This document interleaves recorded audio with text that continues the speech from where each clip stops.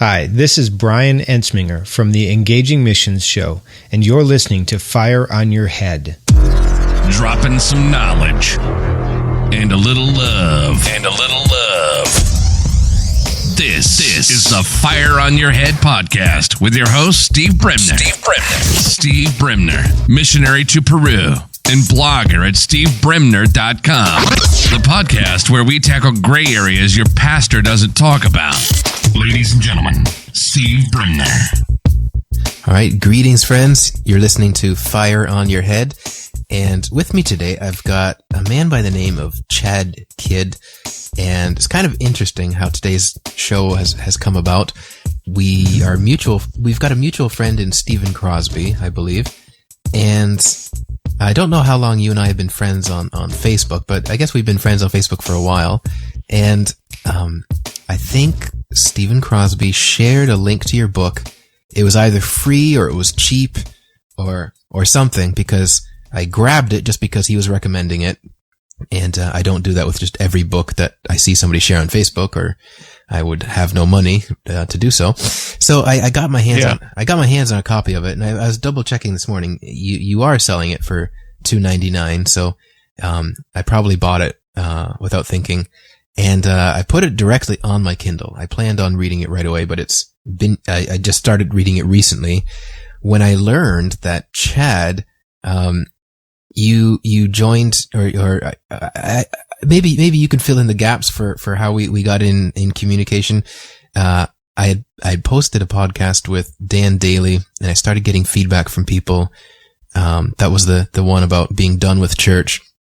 And I was looking for people who may want to join, a secret, at the moment it's a secret Facebook group, for people who are done. And people who are maybe they aren't done, but they meet organically, or they're in houses or stuff like that. Because I've got questions I'm looking for, in people's stories to see, where they're at, how they got there. And you've got a book. I realized you were this, I put two and two together that, you're the author of this other book that I've got on my Kindle. So I started reading it when I realized that, because I'm kind of like that with relationships. I'm more interested in a book when I have some kind of connection to the author and it's not just the subject matter or something. So, I put a call on this group for anyone who wanted to have a Google Hangout or a Skype call and just talk about people's journeys. I had some questions, and I wanted, open-ended questions, and you were the only one who was able to do this morning. So, you were gracious enough to let me turn it into a podcast interview. And, so I've admitted to Chad before we started that I've not finished reading the book yet. In fact, I've just gotten started the last week. So I don't have questions about stuff I've read, but is there any gaps you want to fill in that for how we got connected to each other? Or did I get it totally wrong? Yeah, I think that pretty much says it. I think the first place I heard about you was actually as well through Steve Crosby. He had posted a link on his blog about a podcast he'd done. It must have been 3 years ago or something. So that was the first time I think I visited your site. And I can't say that I've widely read a lot of your stuff, but I found a lot of your articles to be very, very interesting. And a lot of the people you have on your podcast to be really interesting. One of the people that was a real connection was that Jeremy Mangasheen. He had you'd done a podcast with him, and he hasn't been a personal connection, but actually the book that he wrote was a really, really good book. That was really one of those life transforming kinds of excellent books that both of my wife and I went on to read, and so that was really cool. Right. Well, I appreciate that. You don't have to admit, to not reading my stuff if I've not read all of your book yet. And, but 3 years. Yeah. Wow. That's about how long it's been that I've started really recording interviews with Steve Crosby. And, offline, you were saying to me that, he's kind of an out of the box guy, and he definitely is. And even, I don't necessarily try to be out of the box, but more like, who says there is a box? That's kind of the way I approach it. And, and so, I talk about all sorts of things on this podcast with people. this motif of getting out of the upper room and spreading the fire. And, but it seems lately that it's really easy to have conversations with people that are, if you want to use terms like done with church or into organic church, house churches. I've been doing interviews with people and we're talking about making disciples and being family on mission. And so, it's not a stretch to talk about some of the stuff I think we're going to talk about today. But, so in the start of your book, you talk about how in about 2009, I think you said that you and your wife, you wrote the book with your wife. You left. All right, so maybe you could take us on that journey a little bit. Are you what they call a called out one? Are you a done? Are you how does your journey go? It's kind of difficult to say. I think we are called out ones and we are dones both at the same time. But I think as I was pondering this morning, I was thinking about, maybe we need to answer the question, what exactly is it that we're done with? Right. I think you probably have picked up on that a lot. We're obviously not done with relationship with God, with Jesus, with relationship with other believers. I guess what we had become more disillusioned with during that time frame was dead religion, and the church that we were involved with at the time was very, very traditional, very, shall I say, there was no thought to relationship with God. It was more a ritual and about doing all the right things to try to be a good person, to try to be a good husband, for my wife to try to be a good wife, to be perfect parents. So there was just a lot of pressure to perform. So I guess we're kind of we're done with performing. We're done with trying to measure up to someone else's standard of holiness.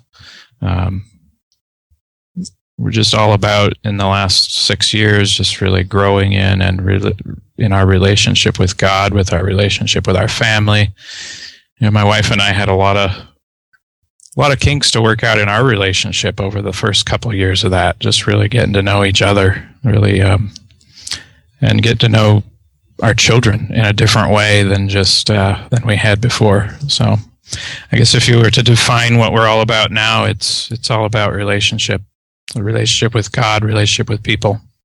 Right. And I appreciate that you make that clarification, because that's a clarification I keep finding I need to make over and over again. I keep needing to explain or clarify, because even just right now, I don't know if you follow churchleaders.com, but as we started this interview, I had a little email notification, and the title is A Response to Christians Who Are Done with Church. And it's by Carey Nieuwhof. And maybe you've heard of him or know who he is. And I have nothing bad to say about him, but I do know he's of a certain persuasion in church leadership circles. I've read articles like why most leaders don't make it to 200 members, or why you need to keep people from leaving church, or titles that are, and I read the whole article and I see that we're talking different things, we're speaking different language. So I have no idea what this article is about. I didn't read it, and I listen to my guests when I'm talking to them. I don't read articles, so it'll be interesting to check that out. But it's kind of interesting that it just popped up in my mailbox as we began this interview. And that's very often the misconception, that it's like trendy to be done with church, or trendy to meet in houses or do whatever. When if you talk to anyone like yourself, and I'm going to give you the space to elaborate or contradict me however you want, that's almost never the case. And have you gotten in touch with Josh Packard? He wrote Church Refugees. The name sounds kind of familiar. So, anyway, I was just telling, Chad that I was not going to read the article while we were talking, but we had a disconnect, so you might not notice that if I edit this smoothly, but, anyway, I think what I was asking you, without going back and listening to it, had to do with how oftentimes there is that misconception that people aren't done with church because they're backsliding, or they hate people, or they don't want to obey or work with other people, or whatever are the usual or the typical reasons. And when you cut off, I don't know if you heard me ask you, but I was asking you if you're connected to Josh Packard at all. He wrote the book Church Refugees. Yeah, I actually haven't read it, but I saw your link to the book in your article, so I looked it up on Amazon, and it looked interesting, but I haven't read any of it. Right. So he's also in that group. What did you gain?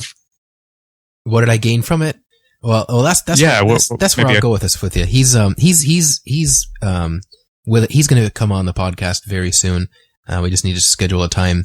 And what I got out of it was a lot of confirmation. This isn't, if he's listening to this interview, hey Josh, I didn't learn a lot of new things out of it. I just got more like concrete insights to things I already thought, things I've already heard from people, and maybe people who are in what they call the institutional church, or people who want to understand what's going on. This book will be more eye-opening for people like that, as opposed to the people who are dones. And I think the biggest takeaway I got from that book is the people who are done, they're not like backsliders. They're not pew warmers. They oftentimes were leaders. They oftentimes were heavily involved in volunteering and things in their church and stuff like that. And they just get to some kind of point that they have enough. They're worn out. They don't think this is really what God envisioned. And I can't speak about the article I just started reading this morning on the Duns, a response to the Duns, but it starts off, or at least it gives me the impression we're talking different things.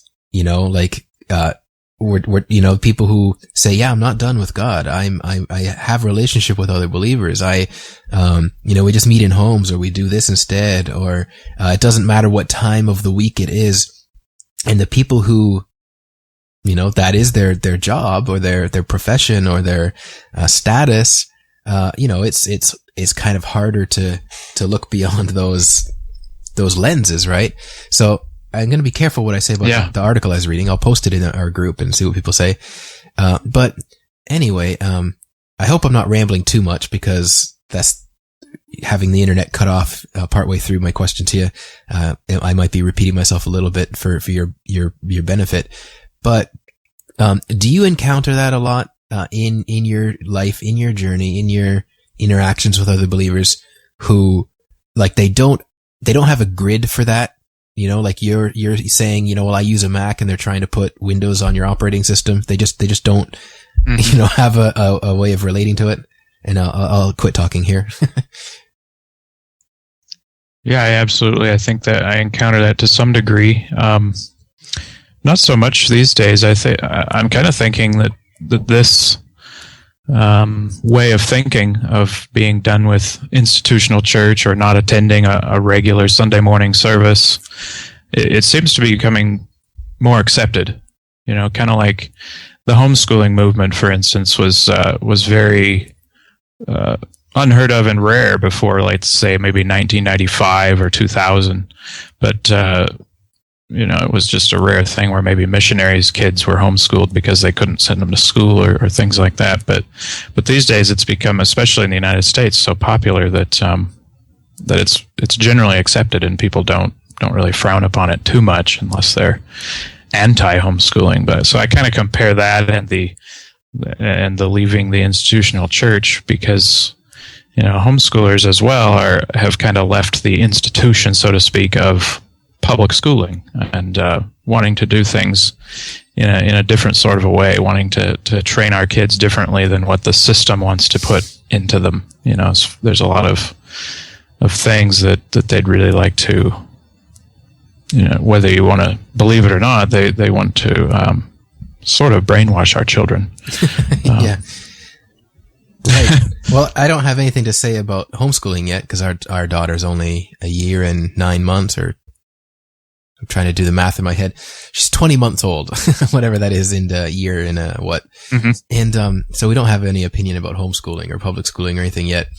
But on the one hand, you know, like I don't want to repeat this all the time for people who listen to every episode and hear me say the same things. But it bears some repeating for your benefit and whoever you're gonna invite to listen to this.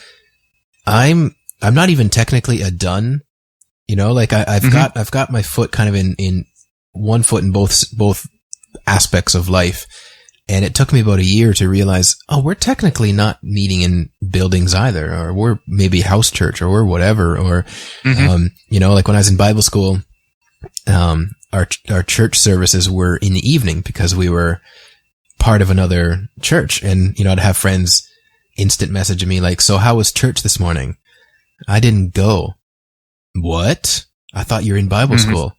No, I didn't go this morning. You know, we have church at night, you know, and then I start realizing the same thing, like, you know, with terminology, like go to church, go to service. And I spent like a year in this community I'm in Chorrillos, where like all we do is in homes. And then maybe if we're doing some kind of event, we rent a place and invite everybody to it because we need more space. But like, I kind of inadvertently stumbled across this and realized I am more effective and I'm seeing, more deep and personal relationships.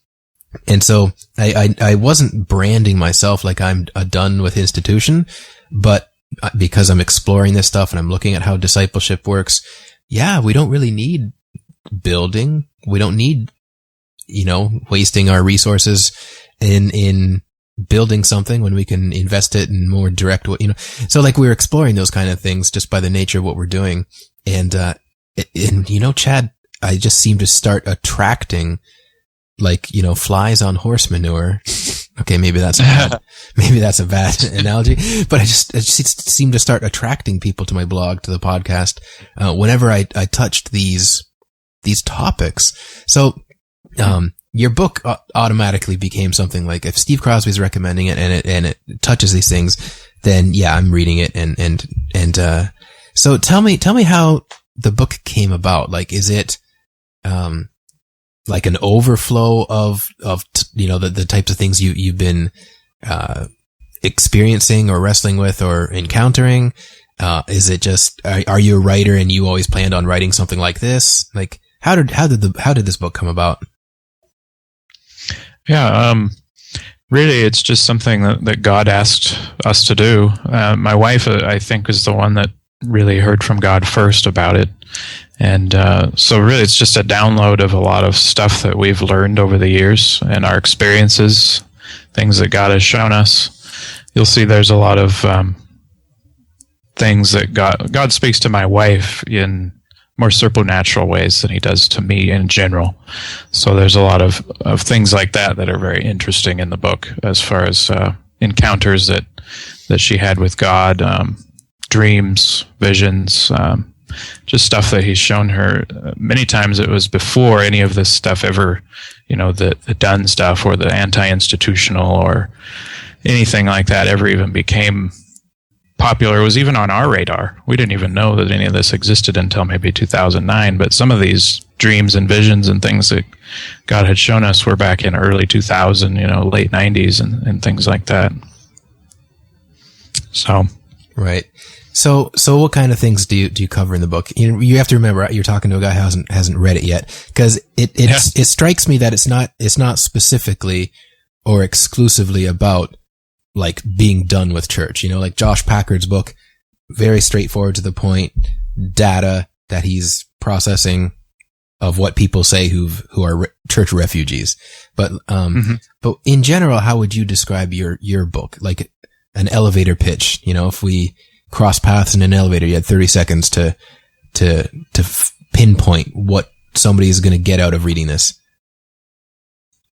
Yeah, I think the main thing that we really tried to, and what God really wanted us to do, was just show how important relationship with Him is, and then as we get to know him, then we get to know who we are as his sons and daughters. And that's really what church is all about, is the coming together of the sons and daughters of God who are really born into this new identity, this new creation. So we don't get together as a club to, celebrate our likenesses and, our doctrinal agreements and listen to a pastor, but we get together because we have the same spirit living within each other, and we can fellowship around that. So I guess relationship with God, loving other people, those are the main things that you'll see flowing through the book, and learning to just relate to him outside of the institution. So, okay, and you had mentioned that you're all about relationship more than being about the meetings or an institution and stuff. So one of the questions I would have asked if there was a few people that joined us today, and I would see what people had to say to this question, it would be, how does fellowship look for you and your wife in these last 6 years or so, like on a practical level, or however you want to answer that question? Yeah, it's more just connecting with those who are following after God and want to know him better. And so it's not, how does it look is difficult, because it may be different for every type of relationship. It may be getting together over a cup of coffee. It may be a Skype call with someone like you. It may be reading a blog. It might be getting together to worship, to pray together, to eat. There's times where we've done that regularly, where we've met regularly with people. There's times when we kind of pull back from that and go, we're not sure if getting together regularly right now is working, because it's become kind of routine. We're just getting together now because that's the thing that we do.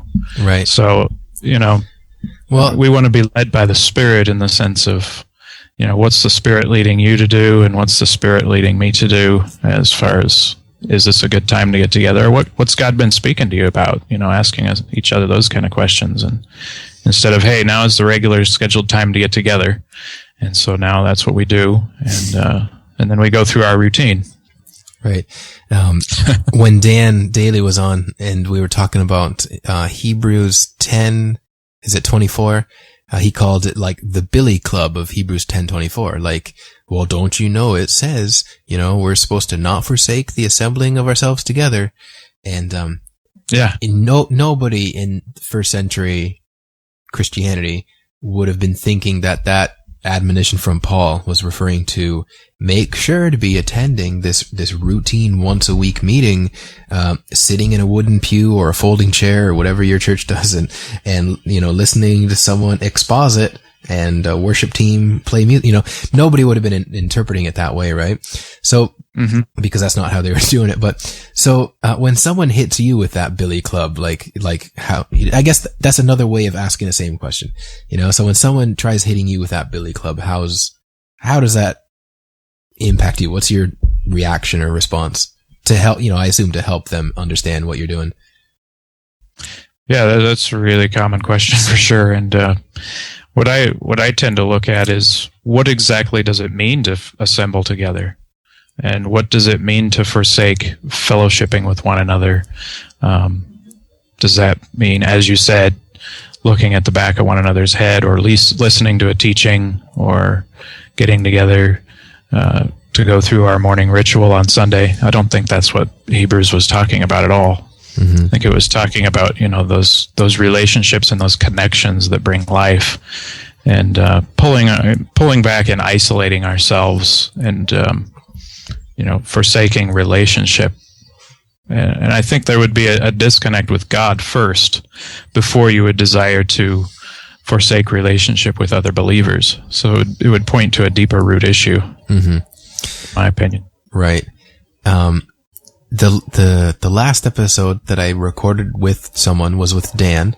Or no, I recorded that one 2 or 3 persons before that, and I held on to it, and then I published it. But it's the last one I've published, and I've never had as much feedback as I have from that one. In fact, none of it's been negative. None of it has been people trying to correct me or who want to reach out to Dan and correct him or something. It's been a lot of, you know what, Steve, I'm in this same boat. Or I'm 62 and I was a part of church for decades and now I'm tired, I'm doing this. Or, one lady wrote and said she had left the church for like 3 or 4 years and then her and her husband went back for like 6 months and left again. And they just, it's like this, it's like trying to put, like Windows on your Mac, they just they don't compute the same anymore. And, I'm saying that. She didn't say that. I've had other people writing, no, I'm not done, but God called me out, so that's another one I'm including in my vocabulary. There's not just the dones, but there's the called out. But, when you hear that, what does called out mean in your thinking? Well, I kind of think of it as like, the Israelites when they left Egypt and, not that all churches are like Egypt in the sense of we're enslaved or that kind of a thing. But for me anyway, and for my wife, it was sort of a personal slavery in the sense of not a freedom of expression of what God has put inside of us, or not a freedom to do and be everything that God has called us to do. In a sense, we're serving someone else's vision, which can be good, but if that's all we're doing and we're not relating to God personally, then it's really not it's not a free relationship with God. We're going through someone else. And so there's been definitely times over the last 6 years where I've felt the temptation to go back, just like the Israelites felt, because there's a sense of security and safety that comes from being in a traditional church. You get your sermons once a week, you get your good programs for each of your different whatever interest you have or whatever place in life you have. It's all handed to you. So maybe you're a biker, so you can join the bikers club, or maybe you're an empty nester, so you can join the empty nesters group, or maybe you're a young married, so you join the young marrieds group. So you go to this place to get all your needs met. But when you leave that, you're kind of left to fend for yourself in the wilderness. And you really have to find that relationship with God and find that daily bread, so to speak, from Him. But just like the Israelites complained and said, we want to go back because at least we had food back there and we didn't have to trust God daily for this food. Right. There's for me, it's a temptation to go back to, or it has been at times, a temptation to go back to someone else can do the hard work. But, and where I'm at today, I'm the one that has to go to God personally to get my daily bread. Right. And well, one thing Josh Packard was talking about in his book was that of like the 100 people he asks and got his answers from and was forming these chapters from, that if you ask everyone in his study, or you ask the Duns, the one thing they miss about institutional church, and like almost 100% of the time, if maybe it was like 90-something% of the time, they say, oh, the fellowship, the relationships. Mm. Like I could tolerate differences of doctrine. I could tolerate some issues, but the relationships were more important to me. I miss, like the type of community and fellowship that I had amongst those people. And that makes sense. I can see that. Mm. And do you think it's like this, that there's like a threshold of pain or disappointment? There's a threshold that like we all have of what kind of silliness or disappointment or disillusionment we're able to stomach because that desire for fellowship is so strong, and that an awful lot of the people who reach that threshold and they leave it. This is just a hypothetical question. I'm just seeing, you can disagree with me. I welcome whatever opinion you have. That some people, they never reach that threshold, and they know there's problems. They know there's things they don't like about the church, but it's not enough for them to step out. Whereas others, that's exactly what happens. They've had enough, so to speak. They reach their threshold and realize they can, that fellowship that they want and like and crave, they can have without, with other Christians, and not have to have this institution and meeting together that way and things like that.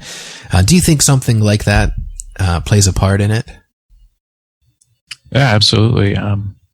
For us, it was definitely that way. We were involved in different forms of leadership within any of the churches that we were a part of, and so I think anybody that's involved in some form of leadership is usually going to be more interconnected with people than someone who just comes and sits in a pew week to week. But there were times where in different churches where we're in, where we just couldn't in all good conscience remain on the leadership staff or team because we disagreed with 90% of what they were teaching, or, we would be ministering to people to come forward to pray and standing up there as if we were in agreement with everything that this church was in agreement with, because we were on the leadership team, so to speak. And we couldn't in all good conscience continue to stand up there and act like we were in agreement with everything.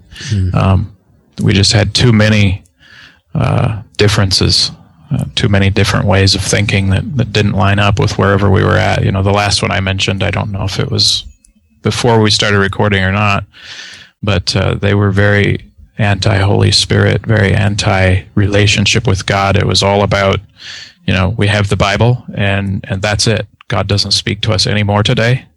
God doesn't relate to you as an individual today. It's basically he wrote the Bible and that's it. 2,000 years of history have passed and he's kind of, gone. How exciting. Yeah. So that's really what this journey's been all about in the last 6 years for us is rediscovering and growing in that personal relationship with God and realizing he's not dead, he's with us and he's speaking to us in all kinds of various ways and he's speaking to you and we can get together and share what the kind of things he's been speaking to each other, and so that's where it gets exciting. Well, you mentioned about the Holy Spirit, you mentioned about not being in agreement. Is there some variety theologically and denominationally to the type of churches you've been a part of? Or it sounds to me like you're relatively charismatic. Were you usually in those type of churches? Or is there some variety to the types of institutional or denominational churches you would visit, or you had been a, I don't want to say visitor maybe in one sense, but you get my question, right? Like, did you try different types of churches out? Yeah, we were heavily involved in probably 4 different churches over our 15 years of, let's say, church history, and they were all somewhat different. And even the church that I grew up in was very different. So I would say there's probably 5 different flavors of church that we were a part of. From the church I grew up in was a non-denominational, very reserved, probably would be very close to, say, a Catholic church or something, or a Lutheran church, if you get my drift. And and then when I first came back to the Lord after taking a season of being away from him right after I got out of high school, we were part of an Assemblies of God type church that was more seeker sensitive. It had grown into a pretty large church of about 2,500 people. And then we began really getting interested in more of the charismatic gifts of the Spirit, and became part of what I would call an apostolic church, where the 5-fold ministry was present, like apostles and prophets and pastors, teachers, and evangelists were all present in the service, and we thought that would really be where it's at. But that church ended up kind of crumbling and falling apart at some point. And then we went into what you would call maybe the third wave type of a church, which is kind of beyond charismatic, kind of where everything is about dreams and visions and woo woo woo and that, even though we're excited about dreams and visions, it became kind of the focus. It's like all that people talked about is the dream that they had last night, or maybe it was a little too much pizza, but then we went and did a complete 180 after that, and went into a very, very traditional, very reserved, very, I would say, legalistic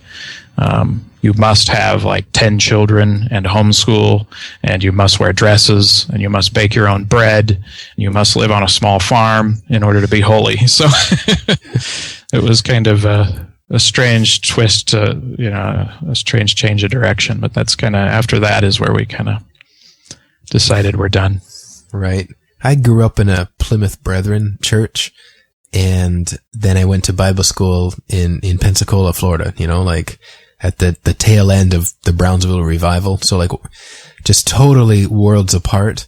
And, and I think, those experiences, going from being in something so unlike the other was beneficial for me in understanding why I think Scripture says certain things.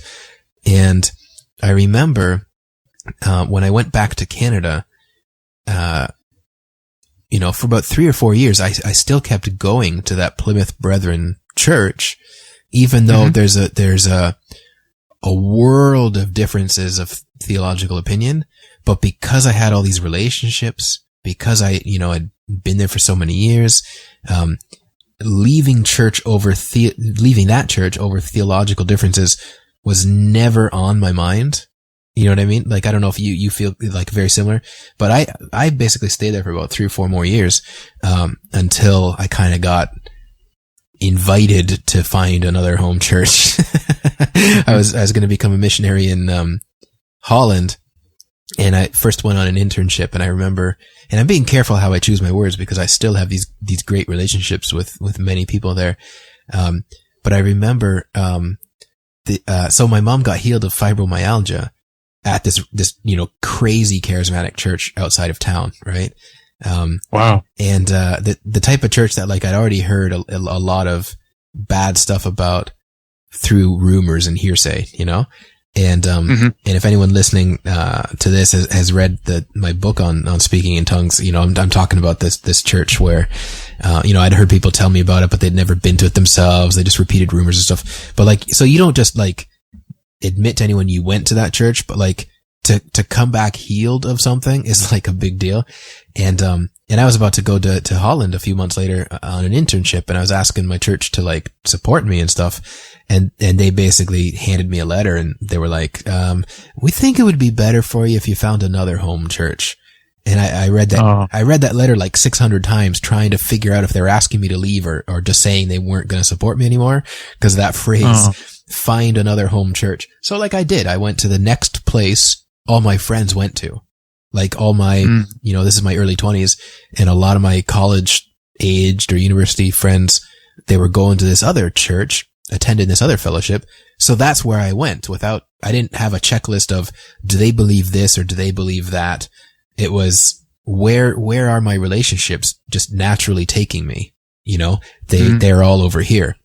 And so like, I've always been, a relationship kind of oriented person, not a, do you stack up and meet all my theological checklists off? Or are we, both, or are you and I going after Jesus together? Can't we have something in common? Yeah, I can tolerate some bad sermons or points that the pastor makes I don't agree with or something. And I think in Josh's book, on church refugees, an awful lot of the people in his focus groups had the same type of thing to say. I can tolerate differences of opinion. I can tolerate this and that. Relationships are more important to me, but yet there's still this growing number of people who reach, I guess I'm going to keep calling it that threshold. They reach that threshold where they go, nope, it doesn't matter enough for me to stay put. I'm done. I want these relationships. I can tolerate the differences, but I've had enough. I've reached that limit. And, I don't know. I don't have a question out of that. I'm just, comparing notes that I have a little bit of variety in my church upbringing or background. Yeah. I think that's really good. And, that's one of the beauties of just being able to relate to one another because of the Spirit that's within each other is because, doctrinal differences can take a back seat to that. And, we can have fellowship with people of varied backgrounds. And we do currently, most of the people that we relate with right now have a very wide variety of doctrinal differences, but you wouldn't generally find that in many institutional churches. Most people just line up with the doctrinal statement of that Right. particular fellowship that they're a part of, Right. And what's interesting, I remember this in particular, so like the church I'd grown up in, like for example, like when we go to Canada, I will be visiting, like while my wife and I go home for Christmas, like I attend, I go with my mom. She's still a part of this church. There's people there that are looking forward to seeing me. But when I started going to this other fellowship and eventually it had a split over apostles and stuff. And, before that happened, I remember they were looking to buy a new building and had sent a letter of, some kind of letter to my old church with the intent to buy their building. And they were maxed out. They were looking to expand, or they were looking to either move or expand. And they wound up doing a church plant. And then over the years, something has happened. I don't know what. And that church has diminished. But I remember going to like the town hall meeting that my old brethren church was having to discuss with people their plans for finding a new building, what it would cost to grow, to renovate and grow, all these kind of options. And I'll never forget, there was this one lady who said, like, she got up and said, my husband and I, we were part of this other church that was growing and growing, and it got too big for us. So we came here. And if you guys are just going to grow and grow and get too big, we'll go somewhere smaller. And I'm like, that's what matters, is how big but part of me was mocking it in my heart. But another part of me was like, I understand that. You know what I mean? Like when something gets so big, and you don't know each other anymore, or it can just become something where you can fall through the cracks. Like part of me was kind of like giggling that she got up to complain about something that was kind of superficial. But yet there was this aspect of it that resonated with me, that, I prefer smaller to bigger in terms of like fellowships. Like, the idea of having 50 people in my living room for a birthday party is kind of unbearable because I'm introverted. But, like 20 people or 15 people or something, that's doable. That's, like when I started Bible school, there was like 500 people in my, like our auditorium, and I could ask somebody, hey, I haven't seen so-and-so in a while. Oh, they dropped out of school last semester. Oh, I get how, that idea of attending something and not knowing who you're attending it with, not having relationships and stuff. I totally get how that can be off-putting for some people, or that's not true fellowship for some people. I don't need to know the pastor necessarily, but, if I disappeared, it's nice if people noticed I disappeared, and called me, reach out to me, and I've heard horror stories of people just like, I haven't gone to church in 2 years, Steve. What are you talking about? You just notice now I don't, those kind of stories embarrass me. What about you? Anything to say to that? Yeah, I agree with that wholeheartedly. I think another thing that you picked up on there is that people have various preferences, and generally there's a church to meet every preference or every felt need that we have. And so I think in a lot of ways the church has become more about what do I like, what do I prefer, as opposed to where does Jesus really want me? What kind of relational connections does God want me to have here? And when we call ourselves Dunsmouth Church, it's only personally. It's not. We don't look at other people that are a part of a larger church any less than ourselves. But we simply would ask the question: where has God called you to be, and do you have relational connections there that are significant, that are really helping you fulfill what God has called you to do and helping fulfill His kingdom in the earth? And if that's happening, awesome. All the power to you. Even if it's a big church, that's great. I mean, one of the first churches we went to, I mentioned, was the large Assemblies of God. Probably 2,500 people were there. And probably one of the most influential people in my life at that time was on staff there.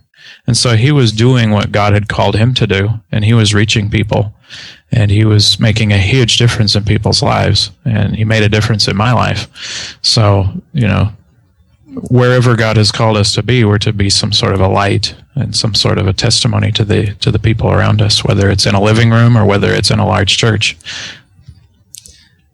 And I have to ask then, if on the heels of you asking or saying that about going wherever God called you, if God told you and your wife, you know what, I want you to go back, I want you to go to, like, I don't know, this Mennonite church, attend it and sink your feet deep. Like, how would you respond if he sent you to something that you could admit is not your preference?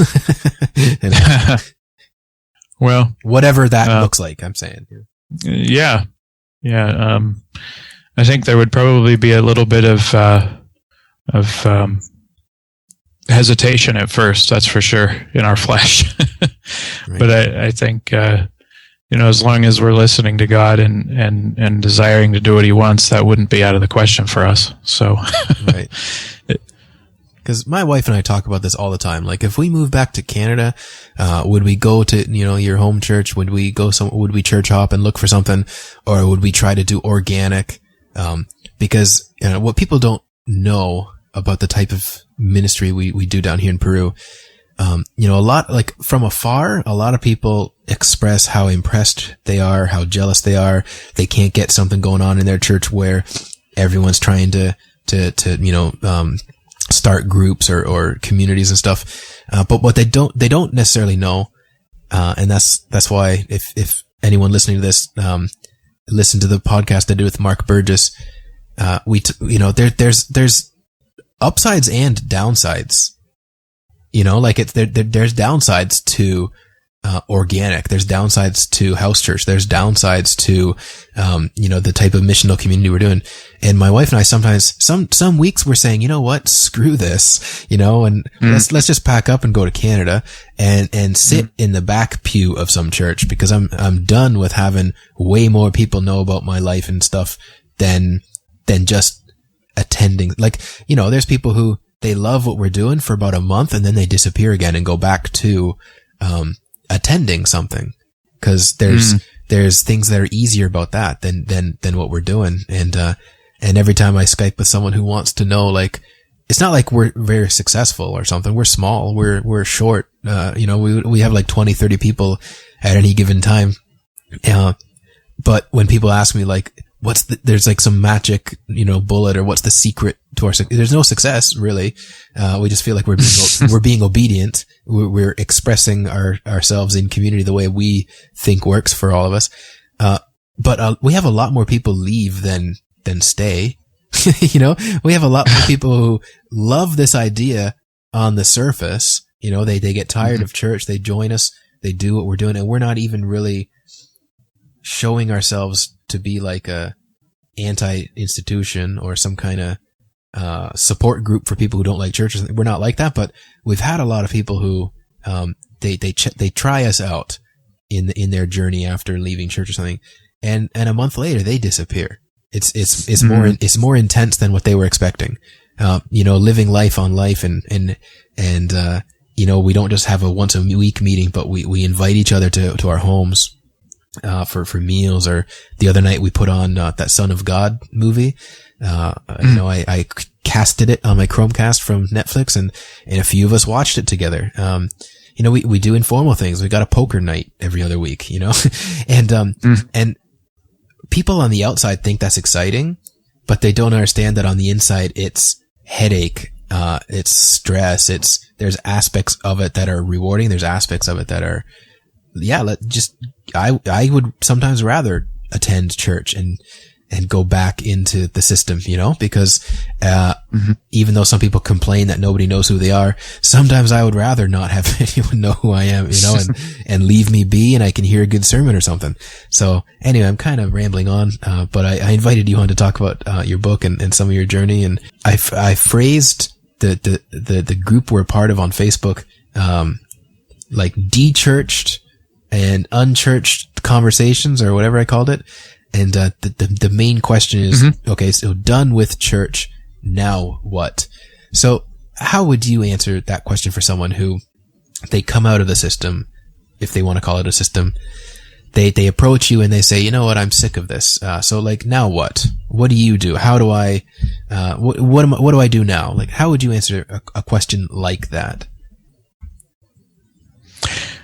I think it's not so much about what do I do, but it's about how do I really relate to God, listen to his voice, and then do, because I think a lot of us who are done with church or have left church, my wife and I were just talking about this the other day. We're good at finding what's wrong with church. We're good at maybe removing certain things from our life that are sucking our time or sucking our energy, and recognizing those things and then stop doing them.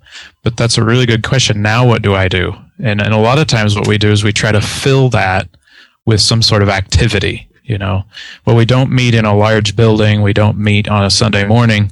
So let's transfer that to our living room, or let's get some outreaches going. Let's do this. Let's try to find some good works to do to really make what we're really trying to do is make ourselves feel like we're still a good Christian because of the things that we are accomplishing, or the things that we're trying to get done for God. And I think the real solution, it was a revelation to me. My wife said this to me. She said, it's not really about trying to replace what you've removed with something else, but it's about filling God with that, what you've removed, and allowing him to fill you, and learning to grow in that relationship with him, and then everything flows out of that. So really it's just finding that time to just get alone with him and ask him. So I think that's what we all need to do. Ask him what he wants us to do, and then do it. Right. And let that flow out of our relationship with him, not out of trying to do a bunch of good works or do a bunch of good things. Right. Well, I've asked a lot of the questions I had in mind to ask whoever joined us this morning. I'm sure I'll ask similar questions to Josh Packard when I have him on, from his perspective as a sociologist, doing this book of his. Let me give you the opportunity to tell people about your book, where they can get it. It's called Rethinking the Unthinkable in the Light of Love. Tell people how they can get it, what your website is. Promote yourself for a moment. It's available on Amazon. So if you just looked up Rethinking the Unthinkable, you would find it.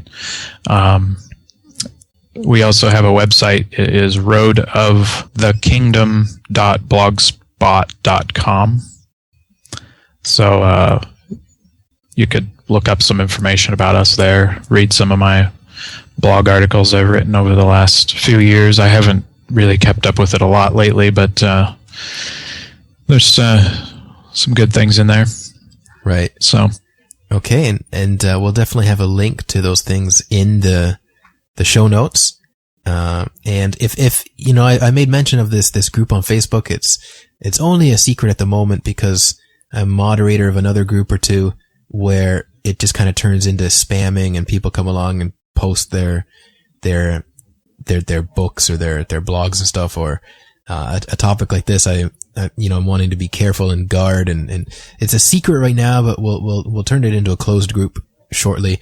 But if you want to join us, be a part of this group, it's not like some kind of elite club or something, but we're having conversations, we're posting some articles and discussing them, hearing about people's journeys, how you're making disciples, how you're going after Jesus, how you're building community. And there's some guys that are a part of institutional church who are in this group, and I've not seen any arguing. I've not seen, any of that. If what we're talking about resonates with you and you want to, get in touch with me, I'll send you an invite. That's how this conversation, this podcast came about today. Like I said at the outset, Chad and I were going to, have a conversation about some of these things. And I think we did in a way that can be beneficial to, my podcast listeners. But contact one of us. If you're friends with Chad on Facebook, or you're, friends with me on Facebook, and we can invite you into it. Eventually you'll be able to see that group anyway and just, request an invite. But, Yeah, Chad, thanks for your time this morning. I know I was late getting on here, some complications on my end, but I appreciate your patience. And is there anything else, anything you want to throw out there as a final thing, like to those who may be listening to this?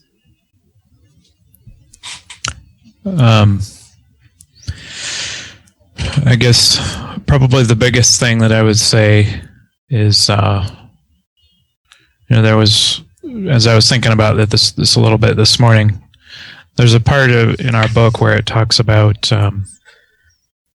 how we can so many times miss Jesus if we're going to a church or even throughout the busyness of life. And my wife had this dream where she went into this church and there was all these people that were really impressed with various paintings and statues that were in the church. But there was a humble-looking man off to the side, seated in a pew. And she realized after looking over towards him that it was actually Jesus, and that everyone had completely missed Jesus in going into this building and admiring all the fine works of art and the fine things that man had done. And she went over and just laid her head on his lap and wept. And so that would be my main point if I were to say anything that's of significance, is that let's not miss Jesus. Let's just get back to relationship with Jesus and focus on him. And all the other stuff is somewhat insignificant. Right. That sounds good. Keep your eyes on Jesus, Yeah. whether you're inside or outside. I think people of both persuasions listening to this, that's some good advice. Keep your eyes focused on Jesus in a sense. Okay, Chad, thanks for your time. Thanks for coming on the podcast. And God bless you. Thanks. We hope you enjoyed today's show. If you'd like to subscribe to the podcast, you can find us in iTunes or on Stitcher Radio, or directly at fireonyourhead.com for more options. If you want to support Steve and Lily Brimner as missionaries in Peru, or find out more about what they do, be sure to head over to their blog at stevebrimner.com, or check out Steve's Kindle books on Amazon and leave reviews of the ones you liked. See you next time.